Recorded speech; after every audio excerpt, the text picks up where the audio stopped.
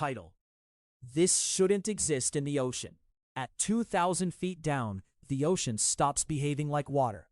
In the cone of a submersible's lights, a shoreline appears. An actual shoreline, with a gleaming surface that catches and bends the beams like a pool of liquid metal. Small waves ripple along a beach of white shells. A crab scuttles to the edge, hesitates and slips in. It will not come back out. This place has a horizon and a mirror. It has tides and a beach, and it sits inside the sea.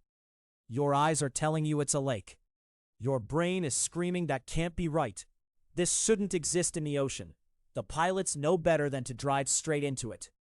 They trace the margin, hovering inches above a line as sharp as the border of two worlds.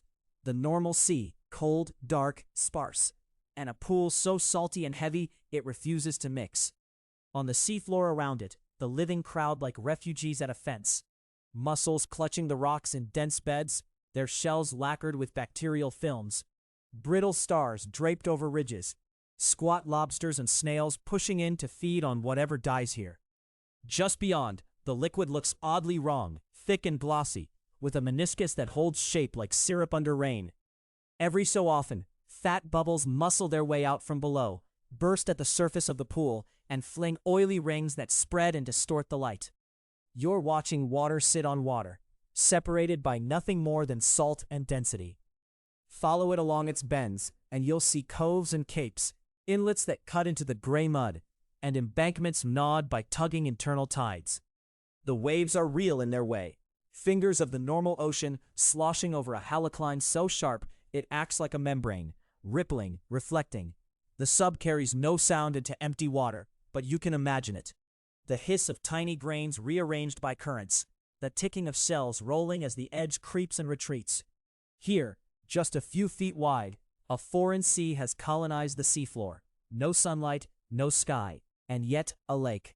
It forms slowly and then all at once. Long before there was a gulf here, a shallow, evaporating sea laid down vast blankets of salt, thousands of feet thick. Over tens of millions of years, those salts flowed like ice under pressure, bulging upward into domes that split and cracked the seafloor. Seawater wormed down through those fractures, dissolving salt until it turned into a brine so dense it was able to push back.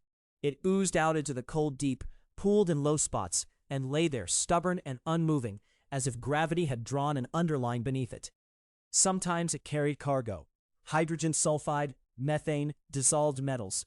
The brine could be twice, 3 times, even 5 times saltier than the ocean above. If you took a mason jar and scooped it up, it would burn your skin and fog your mask with the stink of rotten eggs. It's a different chemistry entirely. Creatures know the line by heart. Some cross by accident. A shrimp darts too close and is pulled in by density, its body tensing as if electricity passes through. It tumbles and is gone in the blackness just under the sheen. An eel investigating a dead crab shudders and goes still. The pool is anoxic. It has no oxygen to speak of, only dissolved gases that strip breath from blood and shut down nerves. For most of the deep sea, it's a kill zone. And yet on the lip of it, life thrives with an intensity that feels out of place. Mussels here do not feed as mussels should. They host bacteria in their tissues, symbionts that take methane and sulfide from the brine and turn it into sugar without a single stray photon. It is a farm without light, a garden that eats stone and gas, and it rings the margin of the lake like an obsidian reef. Every so often, the whole thing changes mood. The brine stirs with a storm you cannot see, set off by a distant current or a fresh burp of gas. The surface quivers with 100 fine wrinkles. The edge climbs a fraction of an inch and invades the beach. White microbial mats tear and roll into the pool like surf foam. Somewhere under that opaque skin, the chemistry of Earth is rearranging itself in silence. The pool is warm by a 4 degrees, warmer than the surrounding sea, and that tiny difference makes it slick feel vaguely alive. There's a reason someone called one of these places the jacuzzi of despair. The little disasters collect in bone piles. Fragments of crabs, snail shells, limpets, anything that tried to graze too deep, lie mounded like offerings. The mussel beds slope gently into the lethal. Between their gaping shells, thin threads of mucus gather particulates drifting down from the open ocean. marine snow falling in a room with no ceiling. It's easy to think of places like this as accidents or as oddities you find only with heroic deep-sea equipment and luck. But the reality is more unsettling. The Gulf is stippled with them. So is the Mediterranean. So is the Red Sea. They are not rare, not really. You just don't see them because you're not invited. Look closer at the seawalls, and you'll see scalloped notches and knotted bands like tree rings. This shore has history. The brine is heavier than the sea, but it also creeps. It overflows, it retracts, it leaves terraces where the world was different for a while. Methane bubbles cut channels through it. Meanders and oxbows preserved in a medium you can't quite call water anymore. On a good day, an internal wave rolls through the deep ocean, an invisible tsunami trapped between layers of water with different densities. And the brine answers with a shudder that sends arcs of motion across its surface. If you squint through the distortion, it looks like rain. What makes a place like this feel like it shouldn't exist isn't just the novelty of a lake under a sea. It's the way it confronts our rules. Water is supposed to mix. Oceans are supposed to be one thing. Beaches require air and tide and wind. But the planet keeps breaking our categories. It wrote a new coastline in darkness, raised new communities built on an economy of poison and gas, and reminded everything that lives here that one misstep is the end. The sub drifts past a ledge, and the blackness of the pool swallows half the frame. It is a mouth and a mirror. It is a door no one walks through. The first time researchers sampled one, they were cautious, like firefighters at the edge of a pit. Lower a sensor, and it vanishes. Pull it back, and the brine clings in a trembling dome to the instrument head, then peels off and slides back into itself, an alien globe rejoining its parent world. Cameras dipping too low come back blind. Their housings fog and their lights stutter in the conductive soup. Pilots speak of the way the sub's buoyancy shifts when the nose catches the margin, how the controls feel gummy. Nobody jokes close to the edge. There's a respect reserved for things that do not care about you. This is not just a curiosity at the bottom of the country's backyard. It's a map key. Follow the chemistry, and it points backward in time to Earth's early oceans, layered and stratified, toxic in places. The stage on which life learned to harvest energy with nothing but rock and gas. Follow it sideways, and it leads to cousins.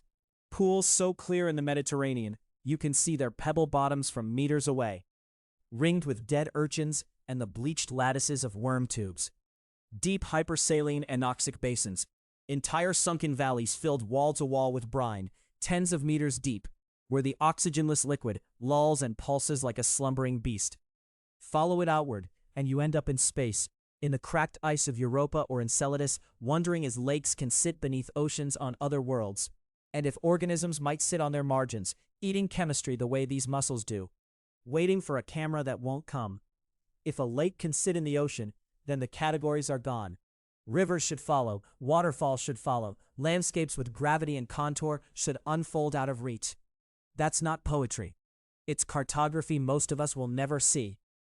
There are channels at the bottom of the Black Sea, carved by hypersaline brine, that ribbon and braid like Amazonian watercourses, with banks and undercut turns and little rapids where denser fluid tumbles. There is, as unbelievable as it sounds, a waterfall under the Atlantic, so tall it makes Angel Falls look like a bend in a creek. Somewhere out there beyond this little shoreline and its quiet violence, a mountain of water is forever pouring into a deeper, colder basin in a slow-motion cascade no eye can watch directly. We start with the impossible because it forces a better question. Not how can this be, but what else have we been wrong about? If the seafloor can hold a lake, if life can turn poison into food, if beaches can exist without a sky, then the ocean is not a place we live beside and visit in summer. It's an engine humming along under separate laws, and sometimes it lifts a corner of the curtain and lets us look. The sub backs away from the shore. The reflection fades. The howling darkness closes the aperture again. Above, waves we understand go about their business. We leave this brine sea with its quiet storms and its border of beggars, but we don't climb yet. The map in front of us is changing. There are roads down here carved in nothing but water, and they lead to a drop no one would believe if we didn't take you there. Keep your eyes on the edge ahead. The seafloor is about to fall away, and the ocean will learn to fall with it.